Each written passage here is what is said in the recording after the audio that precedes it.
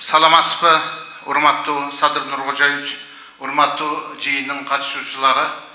Козубаев Куттугалы АТР программасынын алкагында Кара Суу шаарыбыз чоңоюп, калкынын саны Тураталы базарында иштеген калктын санын кошкондо 65 миңден ашып кеткен. Ошол 65 миң элге болгону Кара Суу ооруканасында бир гана тез жардам машинасы бар. Аны чыкырсак 2 саат, 3 саат дегенде аран келип калат. Оорулардын саны көп. АТР программасынын негизинде анклав болуп бар жерден бөлүнүп калган участкаларыбыз бар. Ошондуктан Кара Суу шаарына тез жардам машинасынан жардам берип койсоңуз жакшы болот эле. Болду, мен өзүм алып бирди алып туруп силерге жөнөтүп. Чоң рахмат. Белек болсун силерге. Экинчи дагы бир маселе, урматтуу президент, Кара Суу шаарыбызда 134 деген 9 жылдык мектеп бар. Бул мектептин түзүлгөнүнө 90 жыл зданиянын эскилиги жетип, илгери 36-жылы кампа болуп түзүлгөн. Азыр 27 сотка жерде 850 бала билим алат. Так, айылыңыздарда канча кожолук бар? Кара Суу шаарында эски шаар боюнча Жок, шаар эмес, ошол 9 жылдык мектепте канча бала окуйт? Канча кожолук барсыңар айылда? 800. Жок, бул Кара Суу шаар боюнча барат. Орус мектеп болгондуктан Кара Суу шаар боюнча келет. 9 жыл. Анан 27 соткада 850 бала деген кандай? Анан баягы Кудай сактасын, жер титресе бул 4 балга да туруштук бербейт. Жаныбызда Рахимов атындагы 920 орундуу типовой мектеп бар. Эгер ушул мектепке которуп койсок, бул мектепти кайрадан эски ордуна садикка келтирип койсок, абдан жакшы иш болмок. Сизге чоң рахмат. Макул. Көңүлгө алабыз муну, мен жазып алдым. Рахмат. Биринчи микрофон. Садыр Нуркожоевич, куш келипсиз Ош областына.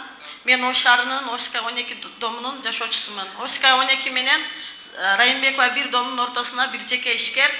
Атыңызды айтыңыз. Атыңарды эле айтсаңар болду, атыңарды. Атым Айнагүл. Жолдошбаев Алишер Балбаевич деген жеке ишкер 2 домдун ортосуна 43 метр жерге, 2 жерге дом салам деп 1,5 жылдан бери биздин тынчтыксыздандырып келет. Biz Oş'tan bak, arxitektura, büyük yerlerde koluna alıp algan. Misal için biz meriyaya barsak, meriyaya jetbeyle bizge çalıp korkutat. Sizler kamatviyem, mantviyem dep. Burada erkeklerle arılaşıp çurkaytılık. Az erkeklerimiz iş çaka baralbay kaldı. Damkomumuzda erkek adam memleketi işinde işteydi. Oşonu da korkutup ben seni işten aydatviyem dep de korkutup atar. Şu Oş oblasından getkicekti şu problemanı bizge çeçip koyup ketiniz için suranıç. Anan bul kişi toylaşında kişideki yerlerge üy salat Oş'ta. Kuruluş ministri айтсаң. Bütkön жоқ үйі даканса. Kuruluş ministri. Бұл құрылыш бойынша біз запрет қойғанбыз. Мұрын башында ошондой генпланга ишке киргизебиз деген аракеттерин көргөн. 10 күн мурун бизге келип арыз түшкөн. Ошо арыздын негизинде муну запрет койдук. Курулбайт. Болду. Разысызбы? Разымын. Болду. Рахмат. Рахмат. Экинчи микрофон. Хош келипсиз, урматтуу Садыр Нуркожоевич, Кара Суу элине. Сиз менен кошо кут келсин ушул элге. Рахмат. Келгениңизге чоң ыраазычылык билдиребиз. Мен Кулукеева Раиса Тынаровна. Өзүм Токтогулдук кызмын, Кара Суунун кампиримин. Менин биринчи суроом ушуяка келип 30 жыл жашап, менин эми жок, үлүшүм жок. Үлүштү тияктан бияка которбой атышат. Бул бир экинчиде мен Акташ айылынын Ала Тоо аймагынын айыл өкмөтүнүн тургунумун. Акташ айылына бизде жер бар. Чекесини эме кылып койгонбуз. Тосуп койгонбуз. Сиздин өзүңүздүн көзөмөлүңүздүн астында бизге спорт комплексин салып бериңизди суранабыз. Бул көп улуттуу эл жашайбыз. Өзбек бар, кыргыз бар, түрк бар. Барактын жанында кошуна айылбыз. Айыл өкмөтүбүз жакшы иштеп атат, бирок айыл өкмөтүбүздүн бюджетинде азыр эми жок. Бизге бере турган бюджеттен акча каралган менен биз сизден үмүт кылабыз. Сиз Кудай кааласа бизге бир спортивный комплекс салып берип коюң. Көптөн өтүнөбүз. Макул. Рахмат. Үчүнчү микрофон. Assalamu alaikum, урматтуу Садыр Нуркожоевич. Мен Адашев Алмаз, Отсадыр айылынын тургуну болом. Биз 2002 жылдан бери жашап турган үйлөрүбүз бар. 2002 жылы чек алып үй салганбыз. Ошол жерде прокуратура тарабынан биздин токтомдорду жокко чыгаруу тууралуу биринчи дистанциясынан жокко чыгарып койду. Ал жерде 2002 жылы колунда жок жакыры бүлөлөргө берилсин деп чек берилген. Мына губернаторго да кайрылып барганбыз бул тууралуу. бардык кызыл китеп документтерибиз, бардык тиштүү документтерибиз бар. Ушуга жардам берип койсоңуз деп суранат элек. Анан экинчи маселе боюнча, экинчи маселем баягы курултайда да көтөрүлгөн 30 номер 12 орто мектеби боюнча. Ал жерде 78-жылы курулган садиктин ордунда биринчи этажы садик, экинчи этажы мектеп болуп окуучулар окуйт, азыр 3 смена мененчи. Коридорлорду дагы атайын усулдук кабинет кылып окутабыз. Ошо мектеп салганга даяр жерибиз бар, 2 гектар 80 сотик. Ошол жерде ортосунан өткөн 35 чоң чыгаруудагы линия бар, ошону жылдыртып мектеп салып берсеңиз деп суранат элек. Ошо биринчи маселе боюнча жакшыраак карап берсеңиз, сизден суранчы 6 үй бүлө биздин кызыл Биринчи китеп маселе бардык боюнча ким? документтерибиз бар. Нурдан сенби биринчи маселе боюнча? Сураңчы. Садыр Нургожоевич, бул боюнча биз айтып кетпедим, соцтар боюнча суу арыстарды киргизип атабыз. Бул боюнча маалыматым жок экен. Сиз мага келсеңиз азыр жолу биздин чечип берейин, жыйынтыгы боюнча билдирип. Бардык документтерибиз бар, кызыл китеп бар. 20 жылдан бери жашайт. Азыр чогулуштан кийин прокурорго келиңиз, баарын түшүндүрүп айтып бериңиз, анан прокурор сиз иш алып барыңыз. Кара Суу район прокуратурасына келсеңиз бияка. Мектеп маселесин Мектептер боюнча мындайда, мектептер боюнча ушундай эски мектептер, баягы 60-70 жылы салынган мектептер боюнча бир где-то 50-дөйдөн ашык мектеп калды. Биз келгенде бир 500дөй мектеп бар болчу. Улам четинен жыл сайын жаңылап келатабыз. 28-жылдын сентябрында эң акыркы ушундай мектептерди алмаштырасыңар, окуучу балдарга мектебиндин эшигин ачасыңар деп мен өкмөткө тапшырма бердим. Өзүмдүн көзөмөлүмдө турат. 28-жылы бүтүндөй мектептер, ушундай мектептер, эски усту мектептер бүт жаңыланып бүтөт. Ошол жерде документтерди бүтүрүп турганга хотя бы жардам берип турсузда? Эми бүтөт деп атпайм мен. Силерсиз эле бүтүрөбүз аны. Силер айтпасаңар дагы биз мектептер көкүрөгүбүздө. Мектеп, жол, бала бакча, андан кийин ушуларды бүткөндөн кийин анан спорт комплекстерге өтөбүз. Ато мектеп, бала бакча бүтпөй атып эле спорт комплекске дегенибизде дагы болбой атат. Акчабыз тартыш жетишпей атат. Эгер акчабыз жете турган болсо, баарын бир жылда бүтүрүп салгыбыз бар. Бирок андай мүмкүнчүлүгүбүз жок азыр. 4-cü mikrofon. Assalamu alaikum. Adır Japarov. Men Kara Suu rayonunda tug'ilganman. Mamat Aliyeva Vasilaxonman. Sarxansoyda bo'yinda turam. Buyog'i soy, buyog'i meni uyim. 3 sotik uydan o'tiraman. 6 ta bola katta qildim. Hozirgi mahalga kelganda qo'limdagi bolam 6 ta bolasi bor. 3 sotik uydan yana 6-8 metr yerni yo'laqqa olaman deyapti. Mashina yurgan yo'lga. Uni olsa menda nima qiladi bolam? Jicha uy turibdi. Hozir endi uni ham uyimizni ham olib bizni uydan yo'q qildi. 3 sotik uyda ham uyim yo'q. Үйүңүз 3 сотық жерде турабы болду? 3 sotik yerda. İşlemeseyler odam jo'nating bolam, ko'ringlar. Қалған территорияңыз эмне болду? Алып койдубу же? 6 sotik, 8 sotigini chegara yo'lga olaman deyapti, mashina yurishga.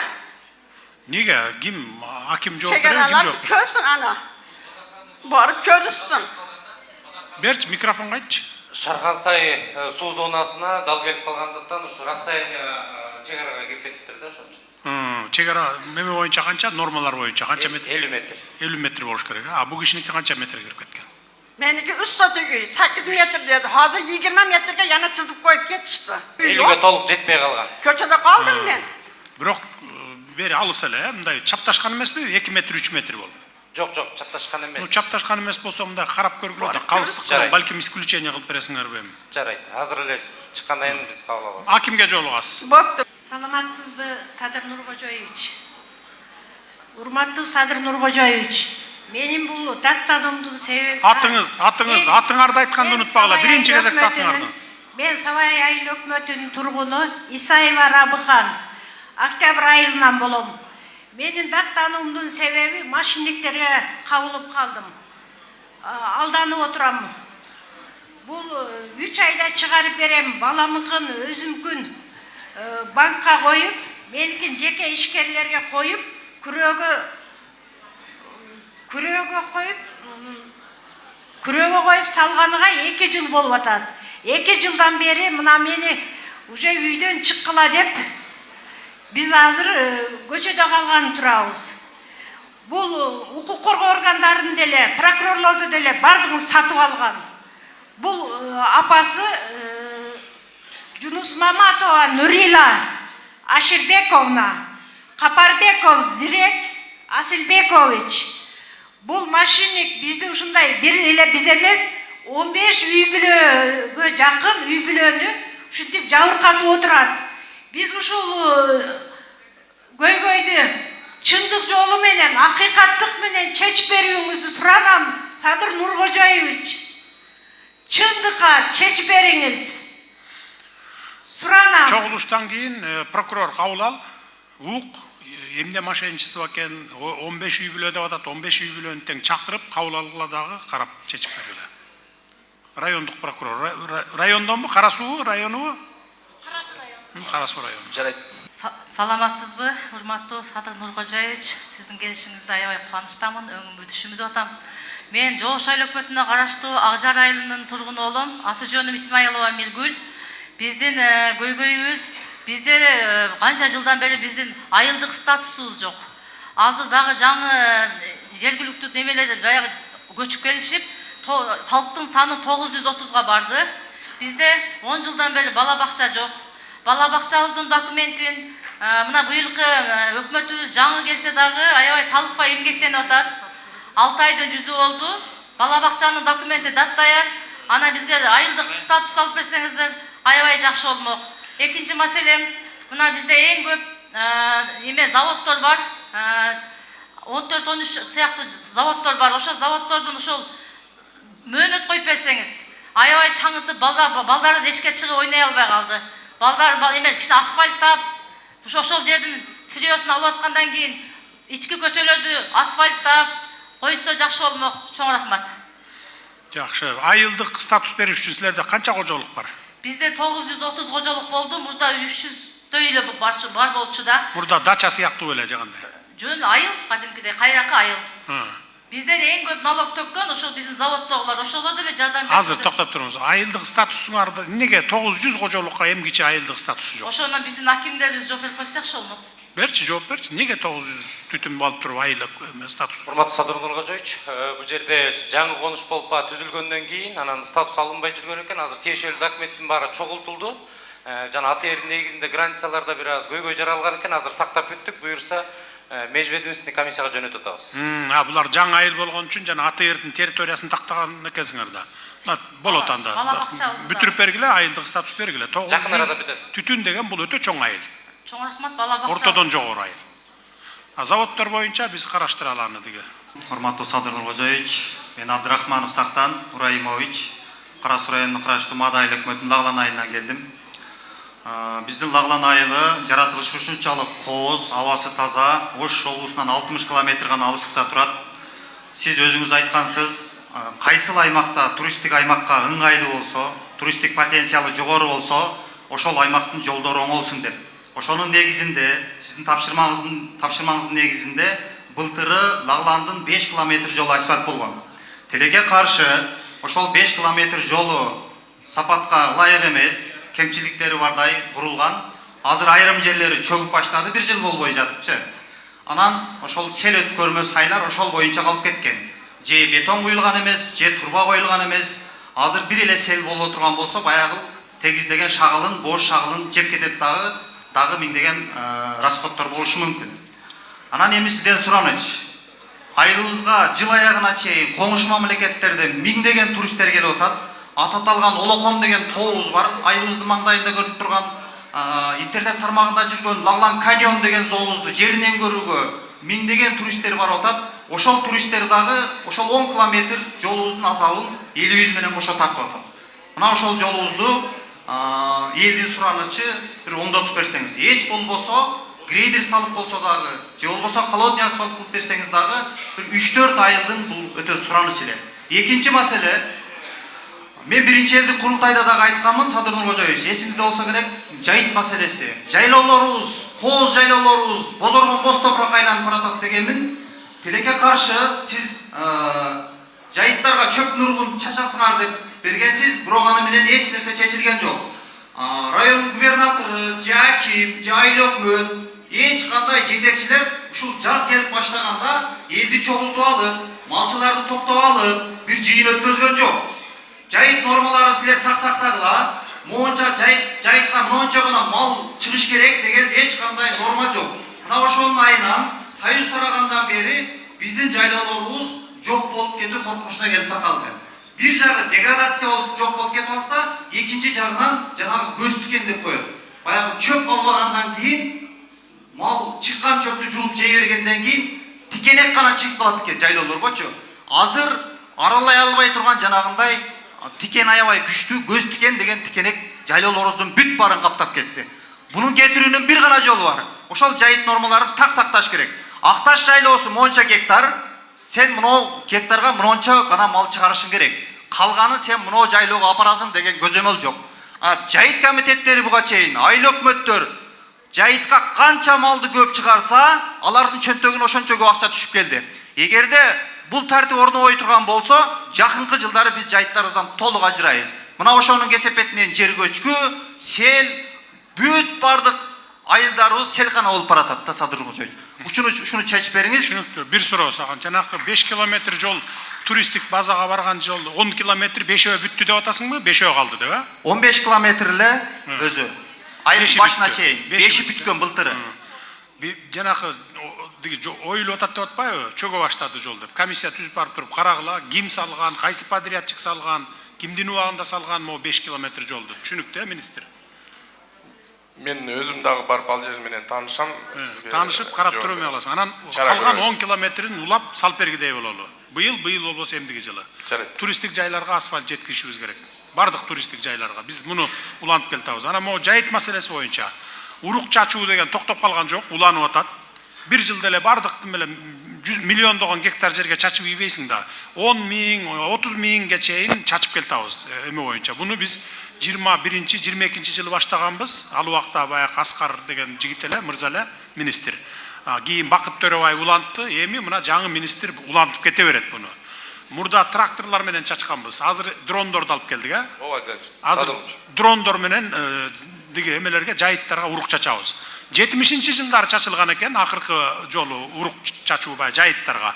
Андан бери бир тал урук чачылбаптыр. Биз 22-жылы баштадык кайрадан.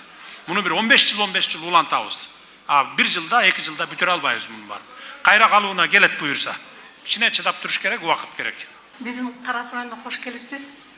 Мына сиз келип канча көйгөйлүү маселелер чечилип, районубузга кут кирет деген ниет менен мен дагы биздин Карас Суу районунун Сарай айыл өкмөтүндө турат элек. Азыр Сарай айыл өкмөтү шаарга кошулган. Карас Суу шаарынын Эркин айылынан келип отурам. Биздин Эркин айылында Бекташева Данака молошуна Карас Суу районунун ардактуу ардагери, коомдук ишмермен. Ушул биздин Эркин айылында мурда 100 түтүн жашаган. Азыркы күндө 1000 түтүндөн ашык үй бүлө бар. Суубуз, таза суубуз аябай таңкыз. Кээде бир айлап суу ичпей калабыз. Шаардан ташыйбыз филактап. Анан ошого биздин жаштар проект жазышкан. 75 миллион сомдук. Ал проект шаар мэриясы аркылуу митингге берилген. Ушуну сиздин келишиңизден пайдаланып, элдин атынан сизден суранат элек. Ошо 75 миллион сомду бизге бөлдүрүп берсеңиз, биздин элибиз 10 миңге жакын калк бар. Суу, таза суу менен камсыз болот эле. Экинчи маселем, ошол эле Эркин айылына газ трубопроводдор апарылган. Үйгө чейин. Ар бирибиздин үйүбүзгө чейин жеткен 20-жылы. Мына арадан 6 жыл өтүп атат. Газ барган жок. Жана трубалар жаман мына эмеге учурап атат да, машиналар уруп кетет, башка болот. Канча миллиондогон акча менен газ трубопроводдор алып барылган.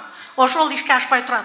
Шуну бир контролдоп биздин айылга газ киргизип берүүгө жардам берсеңиз. Анан акыркы маселем, сиз президент болгондон бери биздин Кыргызстандын жигиттери бүт дүйнө жүзүндө Кыргызстан желбиретип спорт боюнча дүйнө жүзүнө таанылып атат. Кыздарыбыз, жигиттерибиз. Ошон үчүн биздин Карас Суу шаарында номер 61 Кычан Жакупов атында мектеп-интернат бар. Илгери ал жерде малчылардын жарым жетим, тоголук жетимдер окчу эле. Азыркы күндө да кайра мурда гимназия болду эле. Азыр былтыркы жылдан баштап Карас Суу мектеп-интернаты болуп, ошол жерде тоголук жетимдер, жарым жетимдер окуйт. Мен да ошол мектептен бүткөнмүн, жарым жетим болгондугума. Анан Кудайга шүгүр жакшы ийгиликтерге жетиштим. Өзүм ниет кылып койдум эле. Алтын пенсияга чыксам ушул жерге спорт комплекс курам деп. Бүт бүтүрүүчүлөрдү уюштуруп, биз 23-жылы марафон өткүзүп, 850 миң акча топтолуп, 900 миңге проектин жаздырганбыз.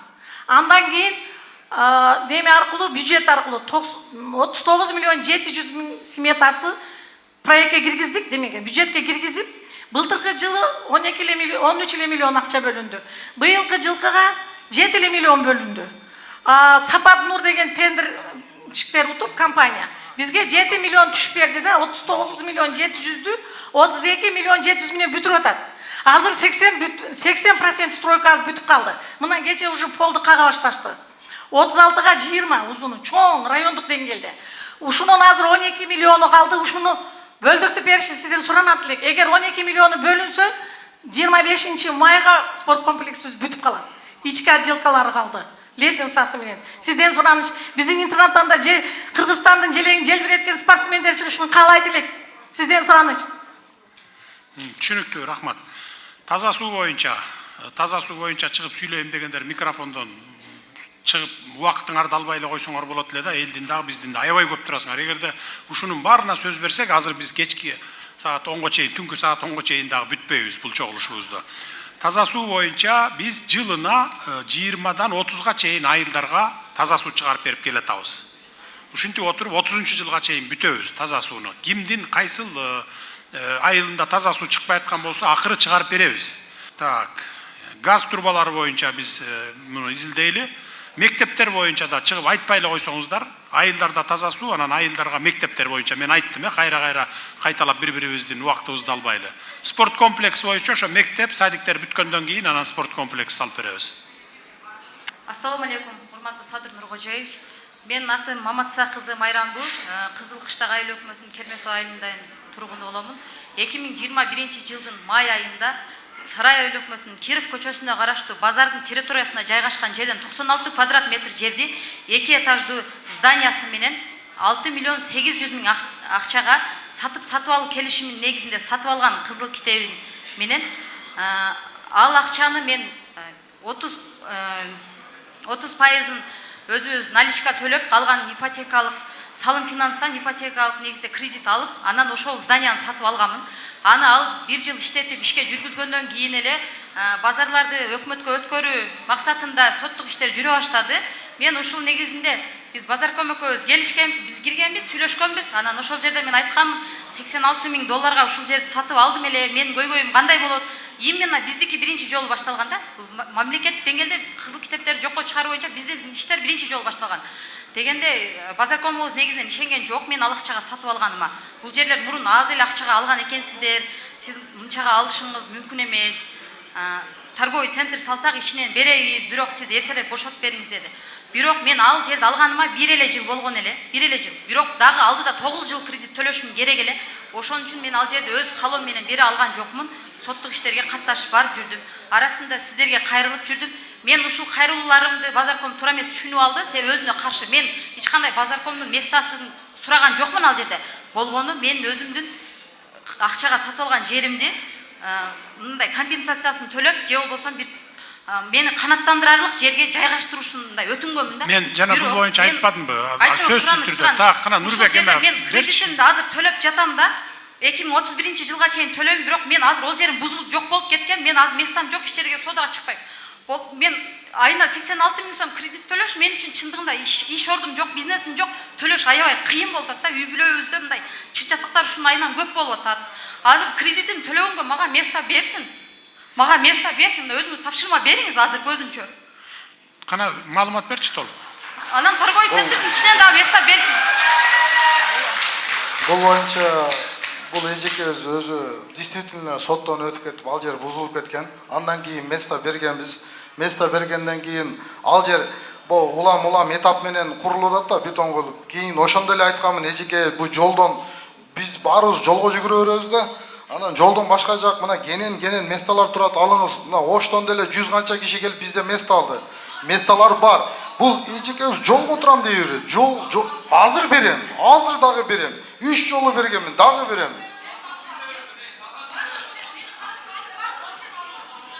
Бир орган кошуп бериңиз, сураныш сизден, Садыр Нуркожоевич. Ушундайлардан 3-4 бар, эжекелерден. Биз место берсек, биздикин жактырбайт да, чекеге дей берет. Бир органдар текшерсин бизди кошо берип атканыбызды. Эми жаңы базар түшкүчө чейин ызылдашпай иш кылып тил табышып иштешип турган. Жаңы базардан меморандум түзүп 20 канча кишиге бергенбиз. Кудай буйрса ошо жаңы базарыбыз 1,5 жылдын ичинде азыр биринчи тапшырма менен курулуп атат. Ошол жерде меморандум колдорунда турат. Аны бергенбиз.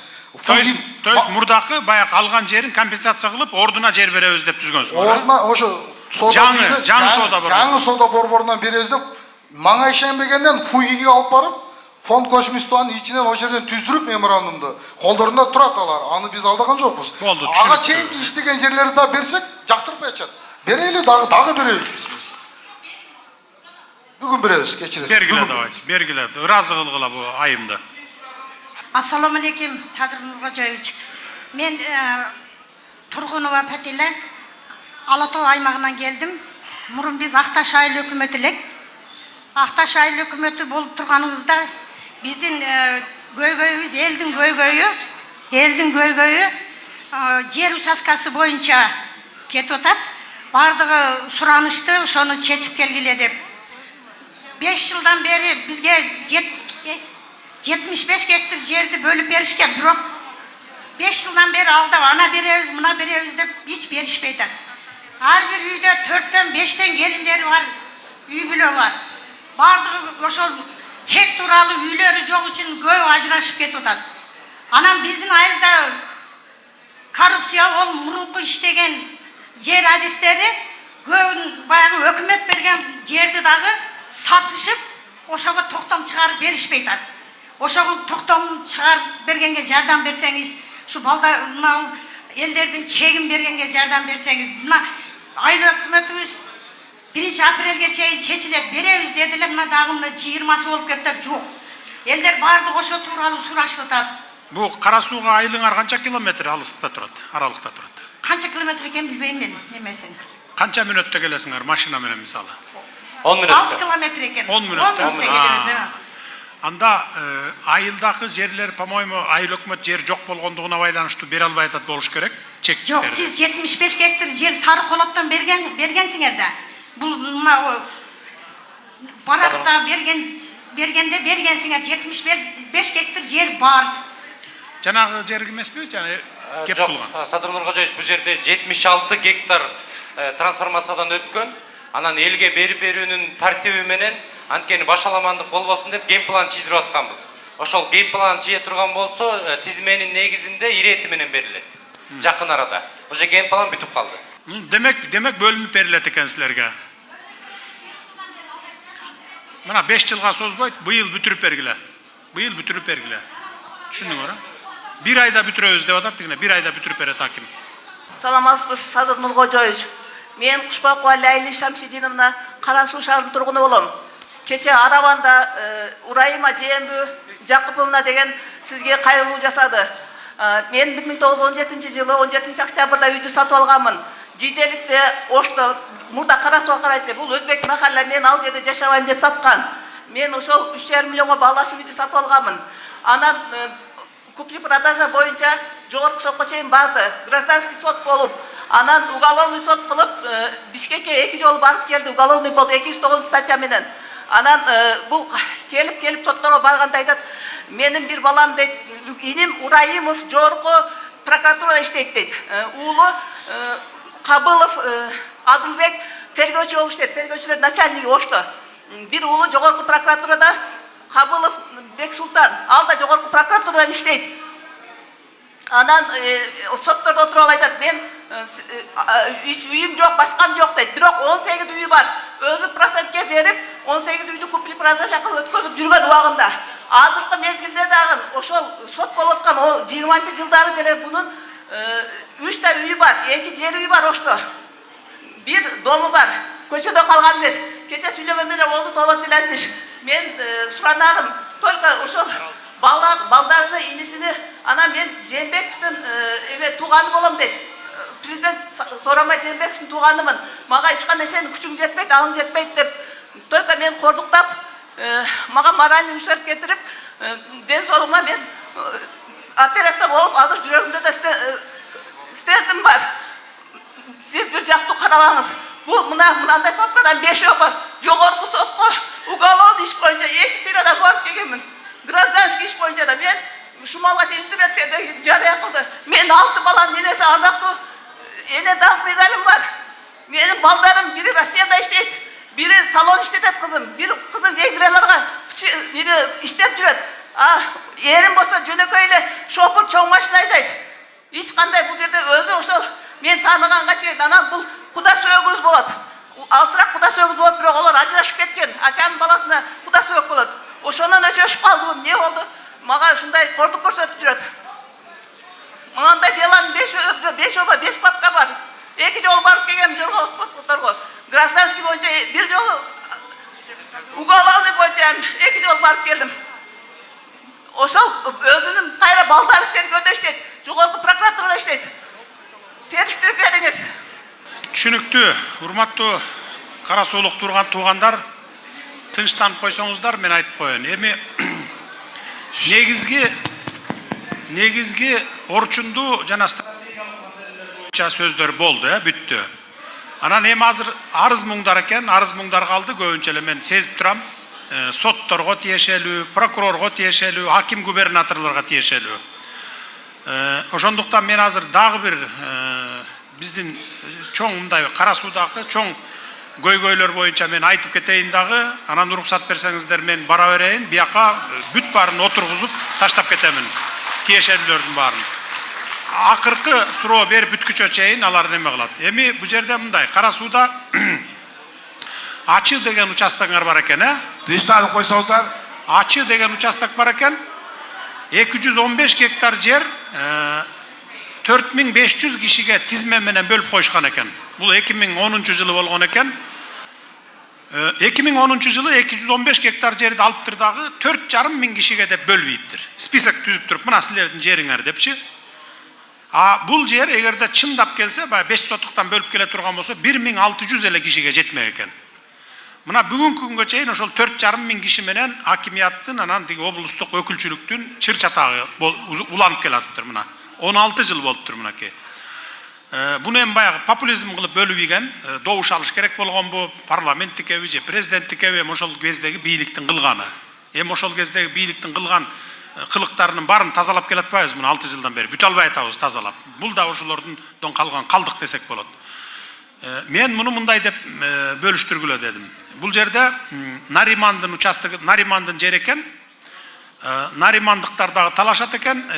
Калгандары болсо бизге бер дейт экен, наримандыктар болсо биз өзүбүз эле ээлеп калабыз дейт экен. Башка жактан келгендерге болбойт деп. Эми башка жактар деле ушул Ош, Кара Суу районунда тургундары, башка айылдын тургундары болуп атат да.